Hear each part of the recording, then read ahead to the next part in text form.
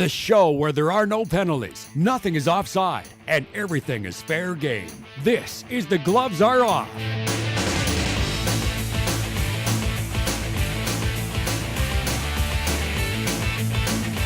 Hi, and welcome to The Gloves Are Off. I'm Moses Woldu. We've got a great show for you today. Of course, we're going to talk about Tiger Woods and his deteriorating body. Of course, Greg Buchanan knows something about that, and we'll talk about that in a second. How did I get thrown under the bus I'm just like that? I'm just saying. Plus, we also got Hockey Canada in their bizarre way to kind of get things going for their orientation camp. And can Bobby Lou be the man for us to lead Canada to a gold medal?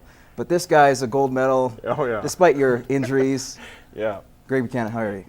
Threw me under the bus by just 10 seconds into the show. Hey, I hope I can make it through the show. I don't know. I'm 40 plus, so hopefully my body can stand it. Well, there you go. Well, you probably have been more successful than I have, so there you go.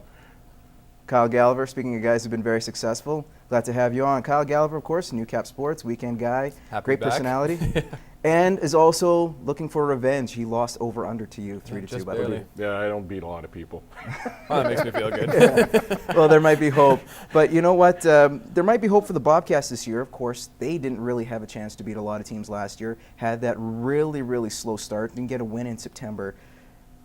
They played their first preseason game yesterday. Now, preseason games are preseason games. They lost 3-2 to Bonneville. Bonneville had a lot of their senior guys in there. Of course, there were a lot of NCAA scouts, so there was a reason why they didn't.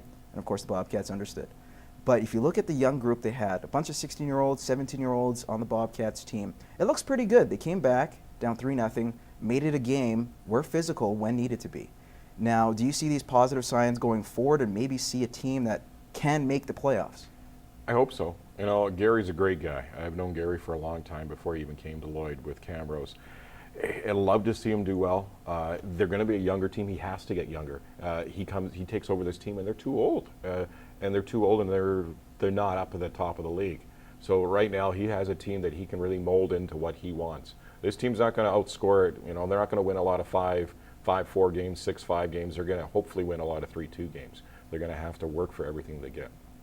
They're a rebuilding team. I mean, it's kind of unrealistic to expect them to go from being bottom of the league right to the playoffs, but it is possible. And after listening, especially you did the post of that media game, and a lot of the players, especially the returning ones, they're hungry to get going. They want to prove, they're not a bad team. They got a new head coach. There's a whole lot of new players. So I think if they can get going early, there could be some hope here. There seemed to be a nice vibe with the team too, of course, not just their inter-squad games, but you look at their demeanor, you look at their head coach. I think that's where it filters down from the top to the bottom. He said, we're not going to have 50-plus goal scorers on the team. We're going to have to be gritty and physical. We're going to have to play that hard-nosed hockey. We're going to have to make sure that they don't have any time on the puck. Those are great characteristics to have for individuals on your team. Do you think there's anybody in this roster in particular that can be a surprise going into the season following those steps? Well, I think they're back end. I think defensively, you can pick any guy in the back end that's going to stand out for them. I think Lyndon Springer's going to be one of the leaders on this team. And you look in net, Devin looks pretty strong right now. And I think anything that they have is their defense and in net could be their strong point for this team. Forward-wise, like I said, scoring-wise, is probably going to have to do it by committee. See, I look at a guy maybe like Braden Crone, somebody who was a little bit younger last year, and as some of the older guys have moved up, maybe there's a chance for him to kind of show a little bit. He had a decent season, but maybe something like that. Or I'm a big fan of Patrick Geary. I did a feature on him over the weekend, and then talking with him and talking with Gary, it seems like he's got to acclimatize himself to the Canadian AJHL game, but there could be a spot for him. A two-way guy, plays well at both ends, mixes it up a little bit. So those are a couple guys that I'm got a lot of time in that third period in the game against Bonneville on Monday. Certainly. Happy guy Van Harry was with his performance later on in that game. Let's talk about Hockey Canada, and of course, this seemed a little odd. They had their orientation camp, but they couldn't play on the ice for insurance reasons. So they had a little ball hockey tournament, at least going through lines and going through systems. It seems reasonable, a little funny at times too. But do you think with the orientation camp and what they had to go through is really necessary? Yeah, the only thing missing was Mike Myers and moving the garbage cans for a car driving by. You know what? As much as it looked funny and it looked goofy, and you're saying, well, the Canadian Olympic team, because of insurance reasons, they can't afford over $1 million for insurance. They had to do this. It's like a walkthrough for football. So when you look at it in that concept, and Mike Babcock's not this is not his first rodeo. He's been down there a few times. One in 2010? Yeah, exactly. So I like the aspect that they did do a walkthrough, and the players, they did laugh about it at first, but they realized that this was for a purpose, because you're playing in a bigger ice surface, the game changes a lot. So it was nice to see, and nobody got hurt.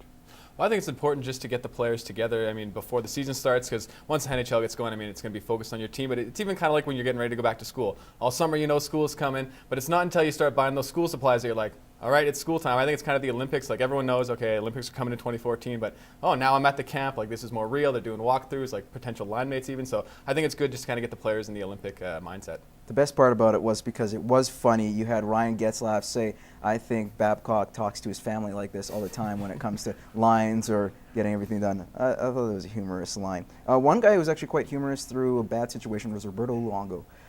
Last year, you had to feel for the guy.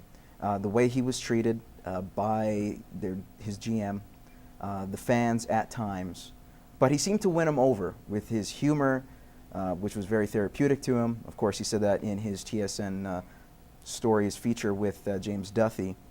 But I do want to ask you guys, because he seems to me, at least from those interviews, he is much more determined, much more focused than he was in years past. Of course, he's been notorious for slow starts, and that's a no-no when you have an Olympics coming up and you're the projected #1. Do you feel that this year could be a career year for Roberto Luongo? I don't know if it's going to be a career year, but I think he'll definitely be a lot more relaxed in his situation now, and I think that alone will make him play a little more loose and maybe a little more confident. Because this is the first year in, 3 seasons where he's going in and this is his team now, so I think just not having all the media pressure on him is going to be, a little more relaxing for that. And plus, like you said, he's a little more confident on Twitter, a little more humor, so I think he'll just have a lot easier go this year. He's always been like that through it all last year, where the media was just like hound dogs on him. And at the end of the day, he would laugh it off, and he needs to be like that this season. Because if things don't go well for him at the start, he knows that eventually things will turn around for him. Will it be the starter? Who knows for the Olympic team? He just knows he's going to be the starter at Vancouver.